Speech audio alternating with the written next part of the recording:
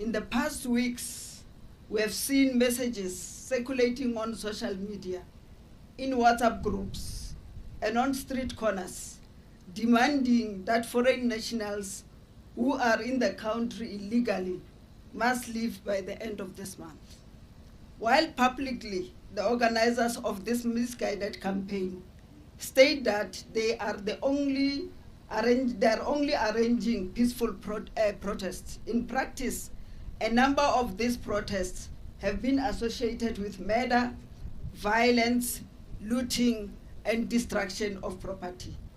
This is likely to do with the misinformation that has been disseminated by these groups to try and blame legitimate community grievances on foreign nationals. These organizers are therefore very well aware that their actions are likely to contribute to violence being directed against people from other countries. They also know that the criminal elements are likely to make use of their protests to loot, steal, and destroy. Part of their misinformation is that the government is not doing anything about illegal immigration, which is patently untrue. Tens of thousands of undocumented foreign nationals are deported every year, and there are clear efforts to tighten the border control, improve immigration management, and reduce the number of people who are in the country unlawfully. Let us be absolutely clear from the start.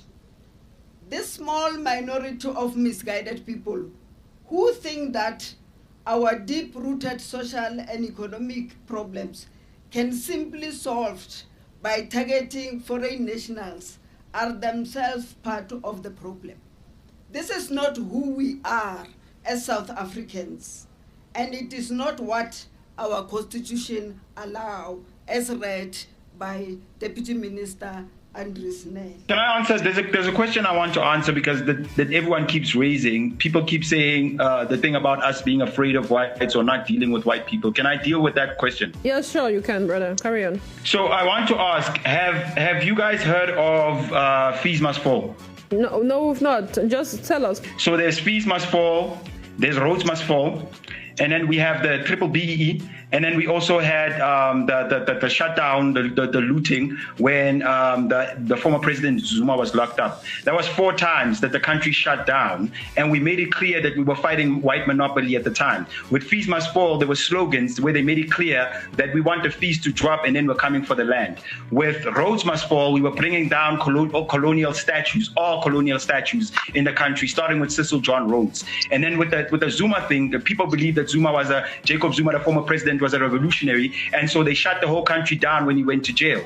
And then with the triple BEE thing, Elon Musk tried to bring Starlink to South Africa, but he refused to comply with the laws of South Africa, which means that you are supposed to have a black business partner if you want to have any kind of business in the country. And so the country said no. If he doesn't comply with that, then he cannot do business in the country. That's why he started this whole rumor about the G site the fake G site that's going on, which is not going on. So that's how many times are we supposed to fight white monopoly until people realize that we're actually not afraid of these white folks.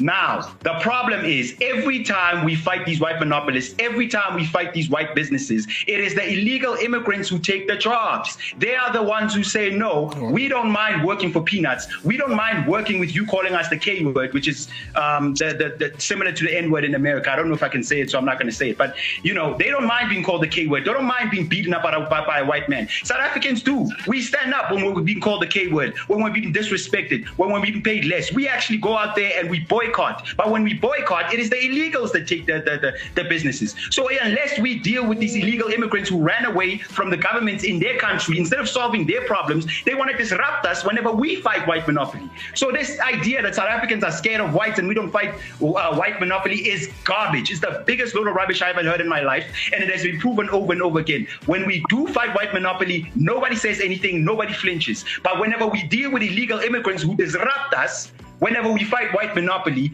then all of a sudden we're these xenophobic people. And again, one of the other South Africans mentioned that there are other African nationals that we don't have a problem with. I recently went to Lesotho because my grandmother on my mother's side is from Lesotho, so I have family there. I went to Lesotho. One of my cousins, one of my Lesotho cousins, said to me that he wants to come to South Africa and get himself a wife.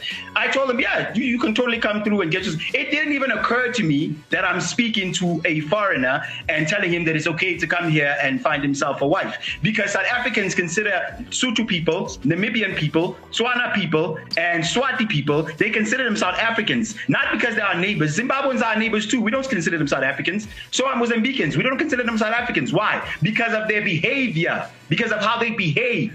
If you behave like us, we consider you one of us. We said the same thing to Kenyans. We said, look online how South Africans and Kenyans interact with each other. We call each other cousins. We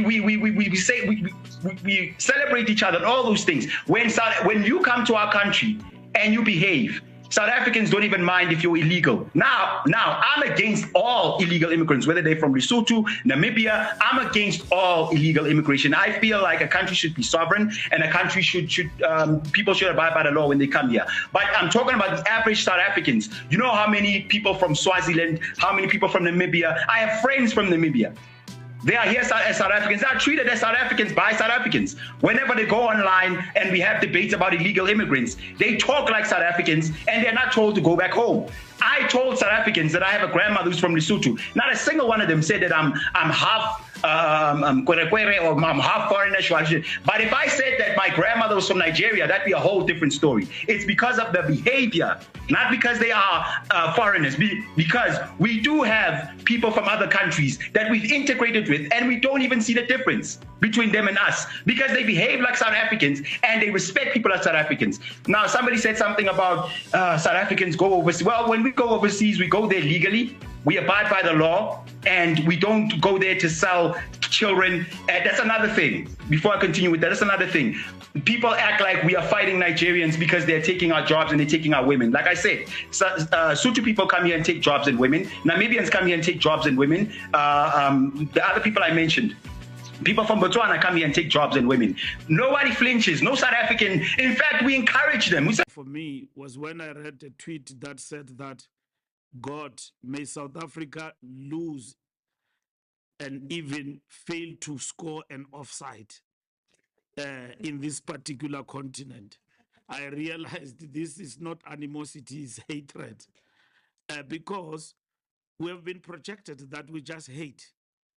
We think we're superior and all of that. And then I saw Ngizwe Tunu greeting a German woman and giving her nice things and flowers and all of that, and then saying that you are now no longer German, you are South African. You are welcomed. And people equally said, wow. So whites are the people, even if they are Germans, you don't consider to be illegal immigrants. It's only Africans that you attack and terrorize.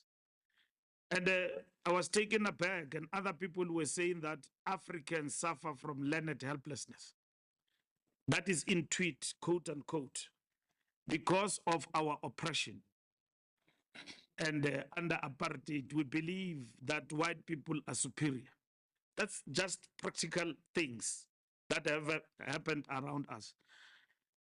Are we dealing with something that is far-fetched, not real? It is real, the issue of illegal immigration.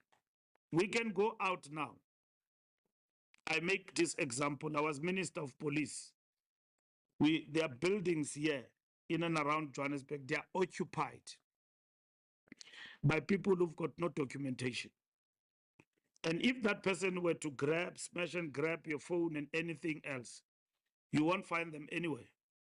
They are undocumented. They are not in our system, no fingerprints, nothing. So they can be hired guns. But equally, there is a security question if you don't address the issue of illegal immigration properly. It's not about hatred. It's about the security and sovereignty of a country. And that's why when we went to exile, we were confined in camps in Angola. We were not allowed to settle anyhow, anywhere. We were given camps. We were given Somafco in Tanzania to settle there. We were not allowed to go in Tanzania and just settle anyhow. Governments of Nyerere, of Dos Santos, gave us designated land in the bushes